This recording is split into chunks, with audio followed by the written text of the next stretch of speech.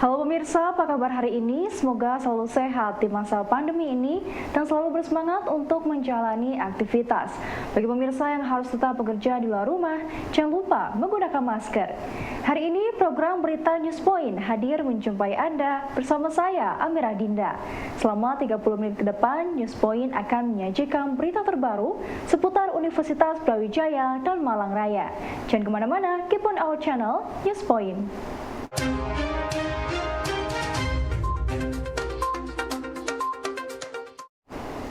Pemirsa, menyambut pemilu 2024, pemerintah, kelompok politik, dan seluruh kalangan masyarakat diharapkan tidak mengorbankan keharmonisan bangsa demi sebuah kemenangan belaka. Karena sejatinya pemilu adalah perwujudan nyata dari demokrasi sebagai upaya untuk melakukan pergiliran kekuasaan agar tidak terjadi monopoli politik oleh satu pihak atau satu kelompok saja. Pemilu adalah mekanisme yang telah disepakati bersama sebagai upaya melakukan penggiliran kekuasaan agar ia tidak menjadi monopoli satu pihak atau satu kelompok politik semata.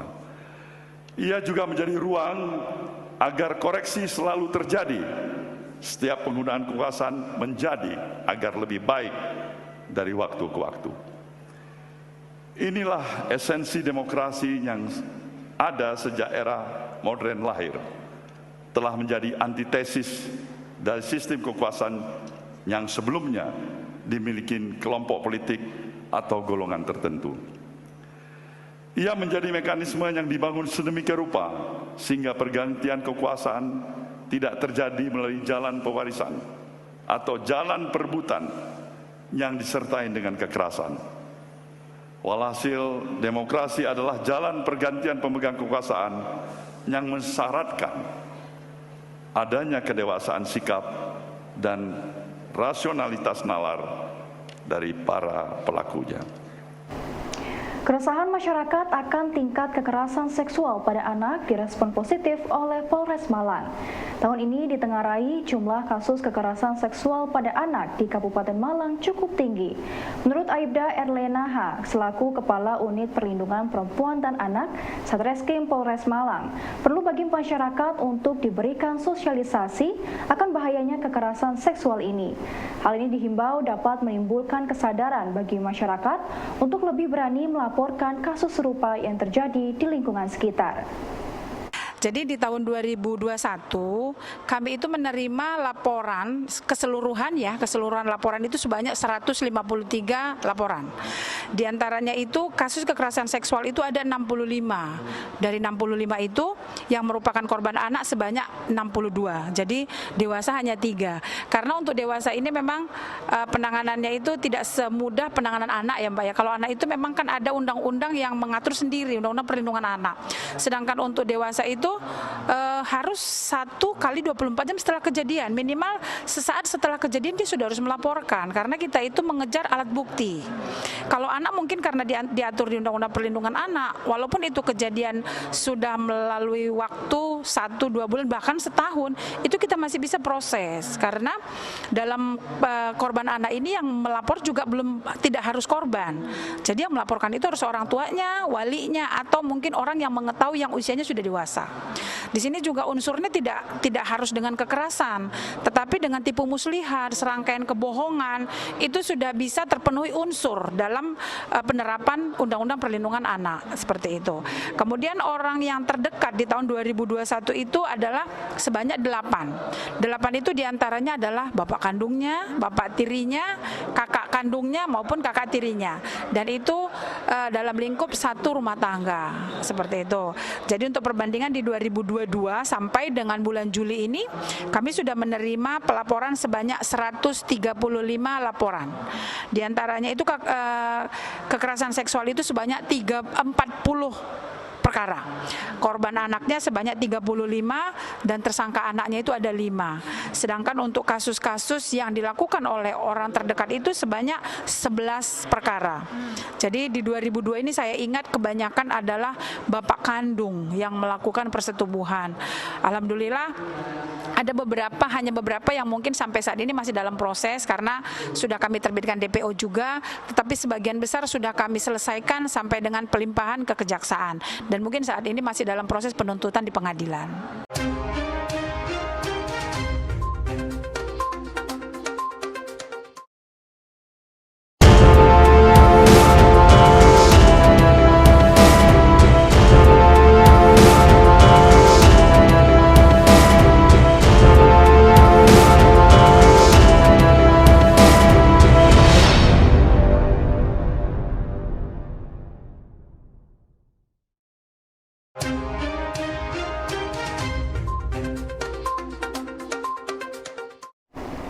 Pemirsa, sebanyak 23 tim dosen Universitas Brawijaya UB mendapatkan hibah matching fund dengan anggaran sebesar 11,2 miliar rupiah untuk dosen S1 dan 700 juta rupiah untuk dosen vokasi. Program matching fund ini adalah program pendanaan Kementerian Pendidikan, Kebudayaan, Riset, dan Teknologi yang merupakan program penguatan kolaborasi antara perguruan tinggi dengan dunia usaha dan industri untuk membentuk ekosistem Merdeka Belajar Kampus Merdeka.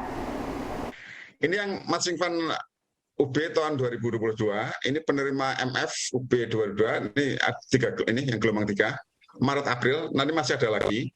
Ini yang kami datang Jakarta, ini ada 23 judul. Jadi 21 penerima MF Dirjen Pendidikan Tinggi dan 2 penerima untuk pendidikan vokasi. Ini total dananya yang dikelola ini yang gelombang 3 ya. Nanti masih ada lagi, ini masih seleksi. 11,2 miliar rupiah, kemudian mahasiswa MBKM gelombang 3 2022 yang terlibat ada 304 mahasiswa. Kemudian dosen perkuliahan di luar kampus untuk gelombang 3 ini 2022 ada 112 dosen. Ini sebaran penerima MF ya. Ini Fakultas Peternakan itu ada 3, Fakultas Teknik ada 5, MIPA ada 4 judul, yang Fakultas Ekonomi FEB yaitu ada 1, Fakultas Teknologi Pertanian ada 5, Fakultas Hukum itu ada 1, Fakultas Pendidikan 1, dan Filkom 1. Jadi ini gambarannya ada 2 fakultas yang mendapatkan dana besar ada 4 judul, jadi Fakultas Teknik sama FTP masing-masing 5 judul.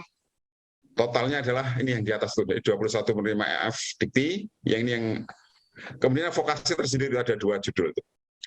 Kemudian sebarannya ini lokasi di Jawa Timur memang paling banyak di Kabupaten dan Kota Malang itu ada 6 judul, Tulungagung 1, Sumeneb 1, Ponorogo 1, Mojokerto 1, Blitar 1, Batu 1, kemudian Banyuwangi 1, Pasuruan 2, Gresik ada 2. Dan yang di luar Jawa Timur ini ada 3 nih. Jadi Jawa Barat itu di Bekasi, ada di Bintan juga, kemudian ada paling jauh adalah di Nusa Tenggara Timur. Di masa pandemi memang banyak orang yang sering menggunakan gadget untuk kegiatan apapun, mulai dari anak-anak hingga kalangan dewasa. Namun penggunaan gadget terlalu berlebihan memiliki dampak yang buruk bagi kehidupan sehari-hari. Lalu apa saja faktor resiko jika menggunakan gadget terlalu berlebihan? Dosen FKUB Dr. Firlia Rahmat Putri menjelaskan, jika menggunakan gadget yang berlebihan akan menyebabkan gangguan psikologis, misalnya emosi yang tidak terkontrol hingga menyebabkan pertengkaran dengan teman sebaya. Kalau bicara tentang faktor risiko, nah kalau kita menggunakan 11 jam per hari penggunaan gitu ya, atau lebih dari 3 jam per hari untuk bermain game, ini juga menjadi faktor risiko kita menjadi adiksi.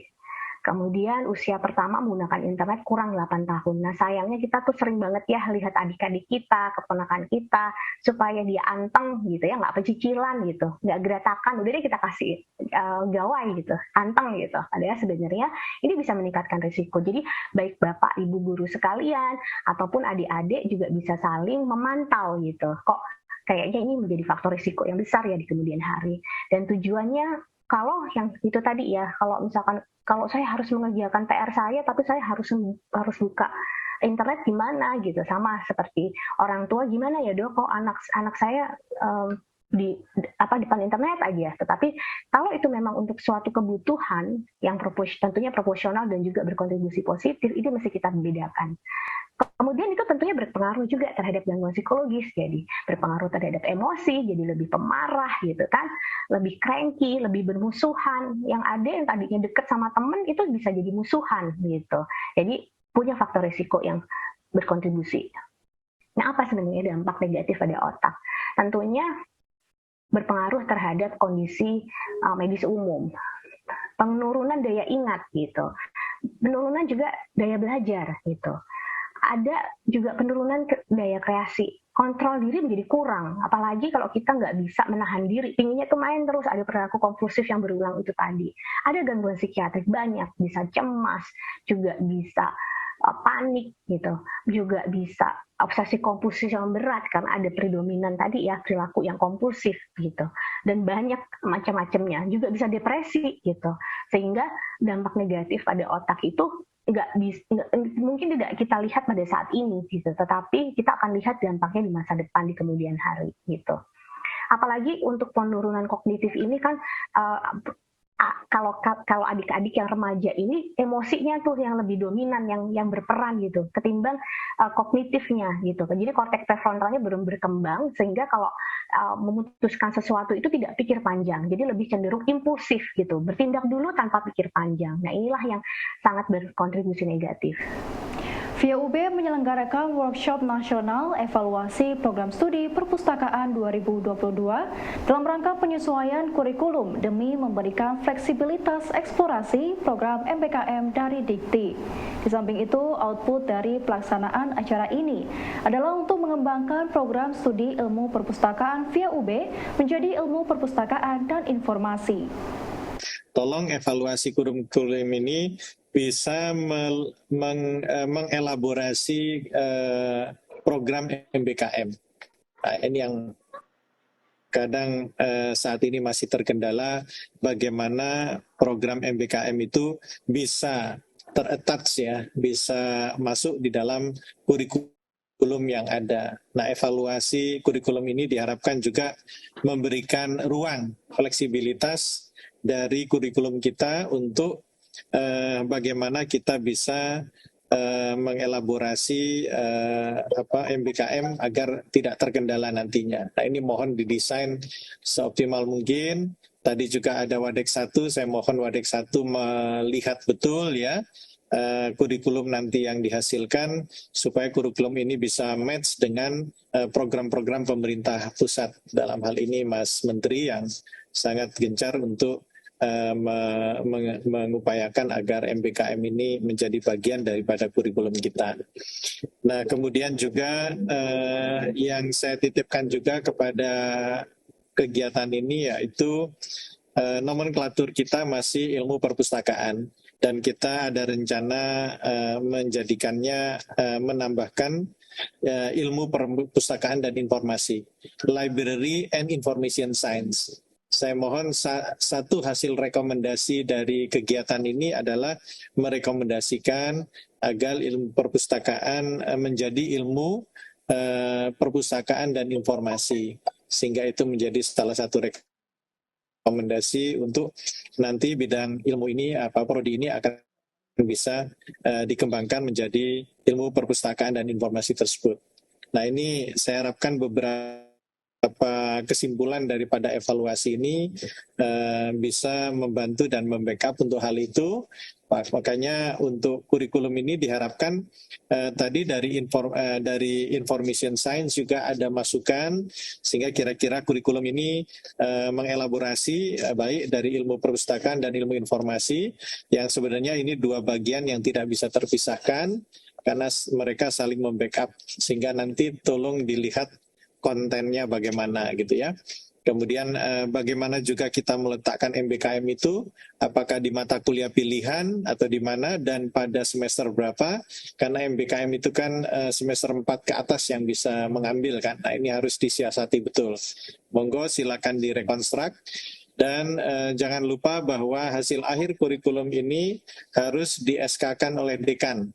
gitu ya. Selama ini kurikulum yang dieksekusi saya lihat belum tentu di SK-kan oleh dekan.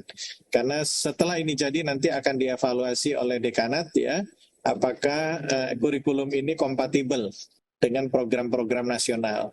Sehingga kemungkinan nanti hasil dari evaluasi ini juga akan dilihat lagi dari dekanat. Oleh karena itu nanti Pak Wadek 1 saya harapkan memonitor sehingga hasil kurikulum ini tidak ada revisi lagi ketika kita lihat di dekanat nanti. Sehingga bisa kita SK-kan kurikulum barunya.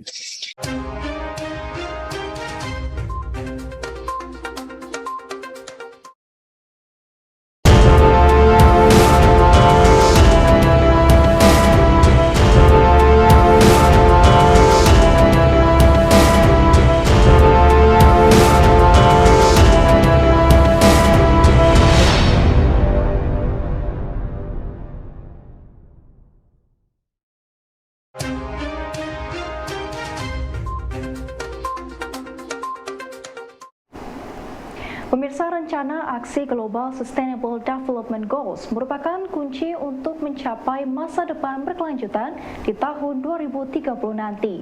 Guna mewujudkan komitmen terhadap SDGs, Fakultas Matematika dan Ilmu Pengetahuan Alam, Universitas Brawijaya kembali menggelar International Conference on Global Resource Conservation yang ke-13.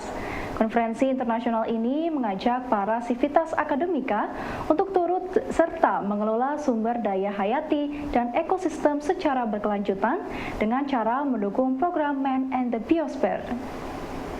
The Sustainable Development Goals, or SDGs, is a blueprint to achieve a better sustainable future for all, which will be achieved by the year of 2030.